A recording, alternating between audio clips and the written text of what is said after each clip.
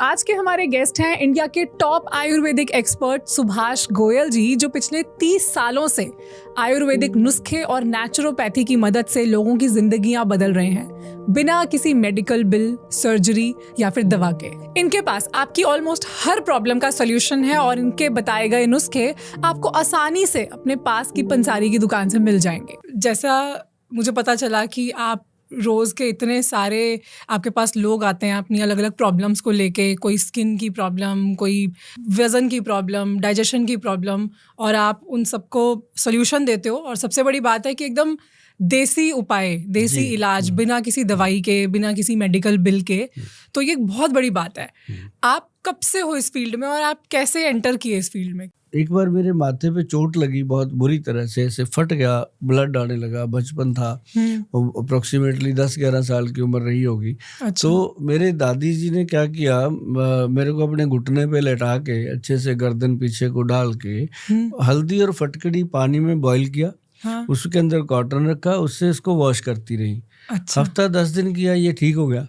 अच्छा। मतलब अगर आज की डेट में देखा जाए तो स्टेजेस होंगे, बहुत कुछ होगा, एंटीबायोटिक दिए जाएंगे, बड़ा कुछ दिया जाएगा, तब जाके ठीक हो या ना हो। लेकिन वो हल्दी फटकड़ी से हुआ। तो उसके बाद वो ऐसा फेमस हुआ नुस्खा, मैंने लोगों को बताया। जैसे अभी घरों में लेडीज हैं, काम करती हैं, वो छुरी से सब्जी काट रही हैं कुछ, तो कट लग जाते हैं, लगते ही रहते हैं। महिलाओं को अक्सर जो हाउस वाइफ है उनको लगते रहते हैं। और अब तो वो ऐसे कट लगते हैं, इग्नोर भी कर देते हैं, इग्नोर लगा हुआ है, लगा हुआ। तो मतलब अगर रसोई घर के अंदर एक फटकड़ी को और साथ में उसके हल्दी को मिश्रित करके, मतलब बराबर मात्रा में, मतलब 10 ग्राम हल्दी 10 ग्राम फटकड़ी को बना के एक डब्बी में रख लें भर के। जैसे ही किसी को ऐसा चोट लगता है, मैं बताऊं गुंजन जी कि मान लो कट लग गया, ब्लीडिंग कई बार बंद ही नहीं होती। ऐसा होता है कि आप बर्फ लगाते हैं, कपड़ा बांधते हैं, वो रुकता ही नहीं है। टेंशन इतना बढ़ जाता है कि अब क्या करें, कहाँ जाएं, घर में अकेली होती हैं, कई बार फोन भी नहीं होते। उसको रोकने के लिए सिंपल उसको पानी में ऐसे मिक्स करके उसका थोड़ा सा पेस्ट सा बना के ऐसे लगा दो जी, और जहाँ पे लग गया ब्लड का एक ड्रॉप भी नहीं आता उसके बाद। अच्छा। कितना मर्जी ब्लीडिंग हो। अच्छा। ये उसका इतना इफेक्ट इन चीजों। अच्छा। तो ये सारी चीजें देखते देखते मैं आगे बढ़ा। आगे बढ़ते बढ़ते फिर मुझे लगा कि यार ये तो एक अलग विज्ञान है। तो लेकिन इसका मुश्किल बहुत है, क्योंकि एलोपैथी में आप देखिए, हॉस्पिटल बना लीजिए, पहले दिन से चल पड़ता है, क्योंकि हर इंसान चाहता है कि दवाई दो, मैं काम करूं। आयुर्वेद थोड़ा सा समय लेता था, इसलिए लोगों का था कि मुझे 30 ईयर लगे मैडम, 30 वर्ष लग गए मुझे लोगों को ये चीज समझाने में। और जब उनको समझ आई तब हमारा रिटायरमेंट का टाइम आ गया। मतलब ये एक बड़ी बात है कि अपने देश में आयुर्वेद 5000 साल से भी पहले की पैथी है, और इस पैथी को दिया था भगवान शिव भोलेनाथ ने। जो नाड़ी वैद है, जो नब्ज देखते हैं, सबसे पहला वैद कौन हुआ होगा धरती पे? अभी आपने बताया, हो सकता है ये शिव शंकर ही। हाँ, शिव भोले अच्छा। के बाद ये शिव का सबसे बड़ा जो भगत, जिसको कहा जाता है, जिसको हम हर साल जलाते हैं पुतला बना के, रावण सबसे बड़ा वैद हुआ, नाड़ी वैद। उसके पास इतना, उसका ग्रंथ है रावण साहित्य। उस ग्रंथ के अंदर इतने नुस्खे दिए हुए, मेरे पास है, वो बड़ा वो दुर्लभ है। मतलब उसके अंदर इतने नुस्खे हैं, सिंपल भाषा में बनाया हुआ है वो। उसके अंदर क्या नाम बताया आपने इसका? रावण साहित्य। रावण साहित्य? रावण साहित्य आयुर्वेद का। मैं पहली बार सुन रही हूँ इसके बारे में। उसके अंदर एक, जिनको बच्चे नहीं होते ऐसा नुस्खा दिया हुआ है, 1-2 दवाइयां हैं जी। क्या बात कर रहे हैं आप? उसमें नुस्खे दिए हैं? नुस्खे, आयुर्वेद के इतने बड़े नुस्खे। अब आप देखिए कितनी बड़ी चीज मैं आपको बताने जा रहा हूँ। जब लक्ष्मण जी मूर्छित हुए, आप रामायण तो देखते होंगे, सुनते होंगे, सबने देखी सुनी। और जिसको पता है रामायण के अंदर कि जब लक्ष्मण जी मूर्छित हुए तो हनुमान जी सुसैन वैद को लेके आए। वो कहाँ था? वो रावण का वैद था। रावण की वहां लंका से उठा के लेके आए वैद को। तो उसी वैद्य ने आके बताया कि फला पहाड़ी के ऊपर ये बूटी मिलेगी, संजीवनी लेकर आओ। उसके ऊपर जितनी जड़ी बूटियां हैं आप मैडम सोच भी नहीं सकते कि ये इतना बड़ा विज्ञान है। इसको दबा दिया गया था। जब अंग्रेज आए 200 साल राज करके गए, उनको एक बात पता थी कि हिंदुस्तान के लोग अगर ये हल्दी फटकड़ी से ही ठीक होते रहे ना तो यहाँ पे हम कैसे राज करेंगे। मतलब आप देखिए कि बुखार चढ़ जाता है ना तो गिलोय पी लेते थे, छींक आती है, नजला कोल्ड हो जाता है तो थोड़ी सी काली मिर्च, थोड़ा सा वो क्या मलट्ठी और उसके साथ वो दालचीनी डाल के पानी में बॉईल करके पी लेते थे, ठीक हो जाते थे। तो अंग्रेजों को तो बड़ी तकलीफ हुई। उन्होंने हमारी जो सबसे बड़ी आयुर्वेद की यूनिवर्सिटी थी जला दी, एक एक ग्रंथ जला दिया। वो अपनी तरफ से इसको खत्म करके चले गए थे। लेकिन ये संजीवनी है, ये राख से भी पैदा हो जाती है। आपने देखा होगा मैडम, एलोवेरा माना गया है ना कि संजीवनी है। वो एलोवेरा राजस्थान में पैदा होता है जहाँ पानी की बूंद भी नहीं मिलती, ऐसी मिट्टी में पैदा हो जाता है। तो मतलब आयुर्वेद जो है ये मेरे रोम रोम में बस गया। मेरे लिए बचा था एक तो नेचुरोपैथी का कोर्स मैंने कर लिया, योगा का कर लिया, है ना, तो एक नाड़ी वैद्य का किया। अच्छा। तो ये कोर्स करके फिर मेरे को इसमें एंट्री मिल गई कि मैं ये काम कर सकता हूँ कि लोगों को कम से कम मैं नुस्खे तो बताऊं जो मुझे पता है। बिल्कुल। तो फिर मैडम ऐसे शुरू हुआ, आयुर्वेद को पूरी तरह समर्पित कर दिया और लोगों ने पूरी तरह मुझे अपने गल पेट लगाया, पूरी तरह मोहब्बत दी है लोगों ने। और मैं समझता हूँ कि मेरा ये जीवन जो है वो सार्थक हुआ है और मुझे अब दुनिया से जाने का कोई गम नहीं है। हमारे देश को एक बहुत ही महान आत्मा कह लो, बहुत ही योग्य पुरुष कह लो, जो मिला प्रधानमंत्री के रूप में।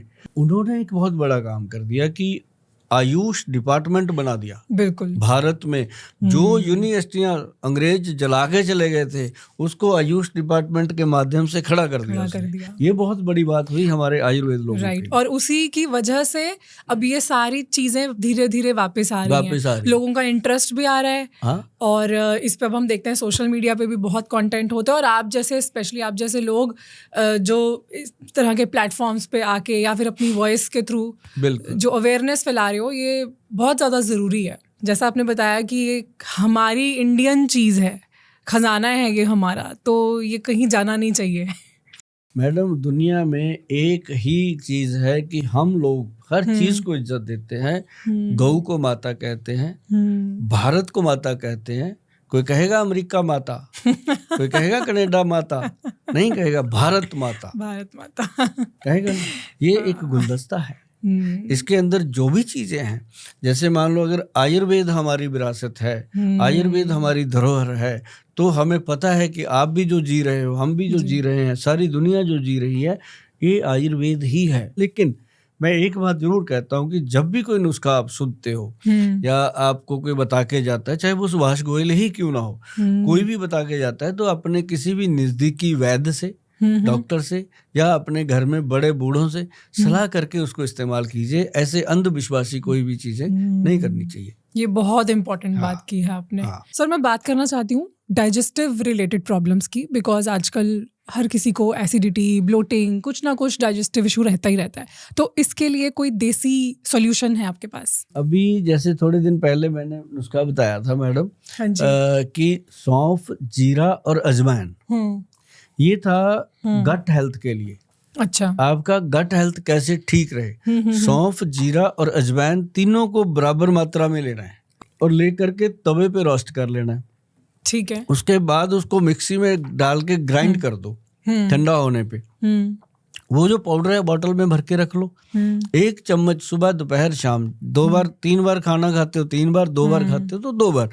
पाउडर को चबा चबा के चूस चूस के खाओ, पानी से नहीं लेना। जब मुंह में खत्म हो जाए वो, फिर पानी पीना है, वो भी गुनगुना सा। अच्छा। आप देखेंगे कि जितना भी एसिडिटी था, जलन थी, पेट बाहर तोंद निकली हुई थी और लीवर फैटी हो रहा था, ऐसी सारी चीजों के लिए इफेक्टिव है। अच्छा।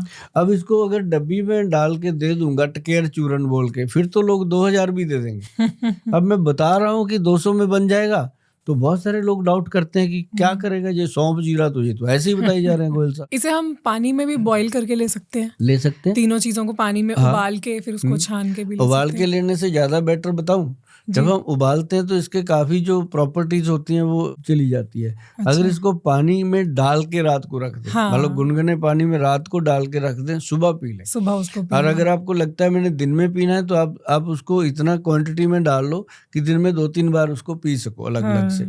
तो ये बहुत इफेक्टिव है। थोड़ी कुछ कॉमन बीमारियों की बात करते हैं। मेरे पास बहुत लोग आते हैं और बहुत लोगों के मैसेजेस भी आते हैं जो अपने वज़न से परेशान हैं। वज़न के लिए आपके पास क्या इलाज है? किसी का वेट बढ़ रहा है और आजकल तो ये प्रॉब्लम बढ़ती जा रही है, ओबेसिटी इंडिया में। तो देसी तरीके से अगर किसी को अपना वज़न घटाना हो 5, 10, 15 किलो, तो क्या ये पॉसिबल है? और अगर हाँ तो कैसे? ये बिल्कुल पॉसिबल है। क्या होता है मैडम, जब वेट बढ़ना शुरू होता है ना तो उसमें बॉडी के अंदर एक दोष पैदा होता है। अच्छा। थायराइड। थायराइड जो है वो कम हो जाए या बढ़ जाए ये नुकसान है। थायराइड ग्लैंड जो है इसी की कृपा से हम चलते हैं। सबसे बड़ा इसका रोल है बॉडी में। हाँ जी। तो इसको नॉर्मल रखने के लिए, देखो मैं कहाँ से वेट कम कर रहा हूँ, ध्यान रखिएगा। नॉर्मल रखने के लिए काली मिर्च, मग पीपल और सौंठ, सूखा हुआ अदरक, और इसके अंदर एक बहेड़ा और एक इसमें डालना है बाइबडिंग। बाइबडिंग जो होते हैं वो डक्के से होते हैं, जड़ी बूटी है, पंसारी दे देते हैं। तो बाइबडिंग डाल के ये 5 चीजें हैं मैडम, 5 का पाउडर बनता है बहुत अच्छा। और होता तीखा है क्योंकि काली मिर्च भी तीखी है, सौंठ भी तीखा है, ये तीखा पाउडर होता है। एक कैप्सूल में आ जाता है, एक चुटकी भर। अच्छा। लेके ऐसे मुंह में रख लो, उसके अंदर मुंह में सलाइवा बनता है। अच्छा। पानी भर जाता है पूरा। अगर उसको चूसते रहो तो पूरा 1 गिलास पानी जितना पानी पेट में चला जाता है मुंह से, सलाइवा बन के। अच्छा। नोटिस नहीं करते अपन। तो वो जो सलाइवा है ना जी, वो थायराइड ग्लैंड का पोषण करता है, इसको ग्लैंड को। अच्छा। तो उसके साथ मैंने जो रिजल्ट अभी तक लिए हैं, ये फार्मूला बता के लोगों को, 7 से 8 किलो वजन विदिन 3 to 6 मंथ रिड्यूस होता है। अच्छा। खाते पीते छोड़ने को मैं कुछ नहीं कहता, कोई उसको डाइटिंग नहीं मैं कहता कि करनी है, कुछ नहीं। मैं कहता हूँ जो जी करता है खाओ, लेकिन सिर्फ बाय बढ़ाने वाली चीजें जैसे होती है माँ उड़द की दाल, राजमा, उसके बाद आलू, उसके बाद चावल, चीनी, ये 7-8 चीजें, वाइट चने, ये चीजें अवॉइड करो तो उससे वेट जो है वो कंट्रोल होता है। और जो जी कम होता है ना जी वेट, ये दोबारा गेन नहीं होता। नहीं तो चाहे बाकी सब चीजें जितना मर्जी खाएं। हाँ खाते हैं लोग। और सुबह त्रिफला पाउडर खाली पेट, और ये 2-3 बार दिन में, ये वाला 2 बार, 3 बार भी नहीं, 2 बार इसको मुंह में रख के चूसते रहो। और आप देखेंगे चंद दिनों में ही आपकी जो जीन नहीं फंसती थी आने लगती है। और इंच लॉस होता है। पहले 1 महीने में इंच लॉस होता है, फिर 2-3 महीने में वेट लॉस होता है। तो ये एक बहुत बढ़िया फार्मूला है वेट कम करने का, और इसको हमने नाम दिया हुआ है फैट गज केसरी। अच्छा, ये तो आपने बताया कि जिन लोगों को वेट बढ़ने की वजह से थायराइड की भी प्रॉब्लम हो जाती है। अब कुछ लोग होते हैं जिनको थायराइड तो नहीं है पर वैसे वेट बढ़ा हुआ है खाने पीने की वजह से, क्योंकि बाहर का जंक बहुत खा रहे हैं, घर में खाना बनाने का टाइम नहीं है, या फिर कोई पीजी में रहता है या कोई अकेला रहता है, उसके घर में किचन नहीं है, मतलब घर पे नहीं बनता। इन वजहों से भी लोगों का पेट निकलता है बाहर, वेट बढ़ता है। तो उनके लिए कोई सोल्यूशन? पेट निकल जाता है। हाँ जी। पंचम गोंद घटाए तोंद, क्या है ये पंचम गोंद? आयुर्वेद का नुस्खा। ये जो 5 चीजें मैंने बताई हैं, पाउडर बन गया, ये तो रख लो साइड पे। उसके साथ 5 गोंद, 5 तरह की गोंद, जो पहले क्या होता था, पुराने बुजुर्ग अपने पंजीरी में डालते थे जब किसी लेडी को बच्चा होता था। अच्छा। पंजीरी में जो 5 गोंद डालते थे ताकि उसका फैट ना बढ़ जाए, लेडी का वेट ना बढ़ जाए। अब देखो बच्चा पैदा होता है ऐसे हो जाती है बेचारी, पहले नहीं होती थी, पहले सूखी रहती थी 6-6 बच्चे पैदा करके भी। तो मतलब कहने का कि उसमें 5 गोंद, पहली है गोंद मोरिंगा, अच्छा, गोंद चिलगोजा, गोंद किक्कर, गोंद पिप्पल, गोंद नीम। 5 गोंद मिलती हैं पंसारी से, और 5 को लाके अच्छे से साफ करके उसका कूट के मामजस्ता में पाउडर बनाओ। उसके अंदर वो जो पाउडर था काली मिर्च, मग पीपल, सौंठ वाला, बाइबडिंग वाला और बेहड़े वाला, वो पाउडर 100 ग्राम, तो 50 ग्राम ये पंचम गोंद मिक्स करके ग्राइंड कर दो मिक्सी में। तो उसका लेना शुरू कर दो, जिसको मतलब किसी भी कारण से वेट बढ़ रहा है। अच्छा। तो ये कमाल का नुस्खा है। ऐसे नुस्खे लोग बताते नहीं जो मैं लोगों को बता के जाता हूँ, और मैं जो नुस्खा बोलता हूँ उस नुस्खे का नुकसान नहीं होता, और जिसका नुकसान होता है वो मैं बोलता नहीं। और ये तो ऐसी चीजें हैं ना जो पीजी में रहने वाले बच्चे भी अपने पास रख सकते हैं, मम्मियाँ बना के से दे वो देती खा हैं। सकते हैं वहाँ पे।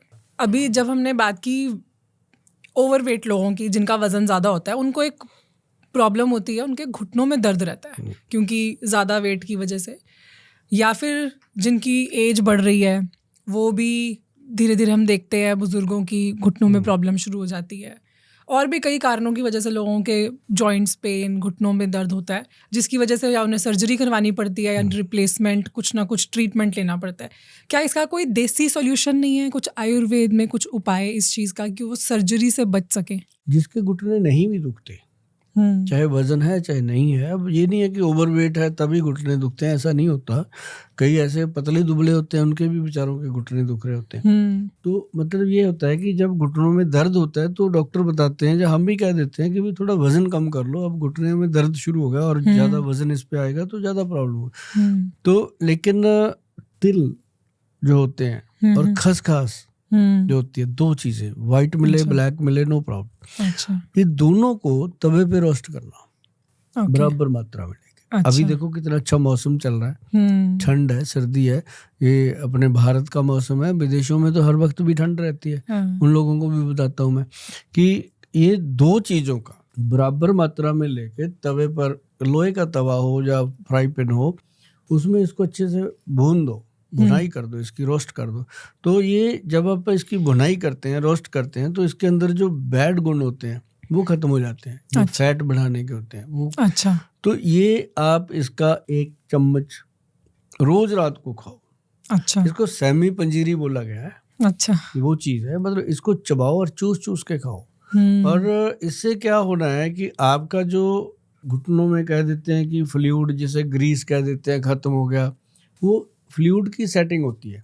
जैसे ही वो फ्लूइड बढ़ने लगता है, कार्टिलेज बढ़ने लगता है, तो पेशेंट जो है उसको रिलीफ मिलने लगता है। तो एक तो ये बहुत अच्छी चीज़ है। अच्छा। दूसरा, उन लोगों को चाहिए कि अपना खान पान सेट कर लें, बहुत इम्पोर्टेंट है। जब तक कोई बीमारी नहीं है, मैं कहता हूँ कुछ भी करो।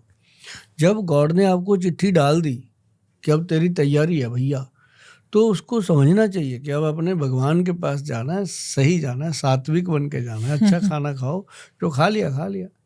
तो उसके बाद आप पौष्टिक आहार, उसमें बाय वाली चीज़ें बंद करनी पड़ती हैं। और ब्लैक कॉफ़ी पियो, ब्लैक टी पियो, मस्त मतलब रिजल्ट आता है इसका। और एक चीज़ है, इसमें आइसक्रीम नहीं खानी, कुल्फियाँ नहीं खानी, मतलब ठंडी चीज़ें कम।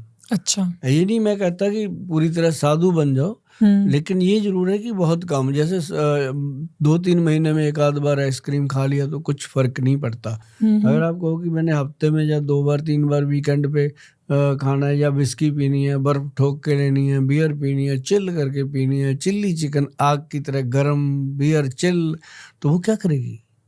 आप देखो मैडम, इमेजिन करके कि कोई इंसान आपके सामने बैठा है, ये मान लो बियर का गिलास, उसमें बर्फ ठोक ठोक के डाल रहा है, इधर चिल्ली चिकन आ रहा है आग की तरह गरम, उसको पी रहा है, फिर वो उसको खा रहा है, क्या होगा? मजा आएगा।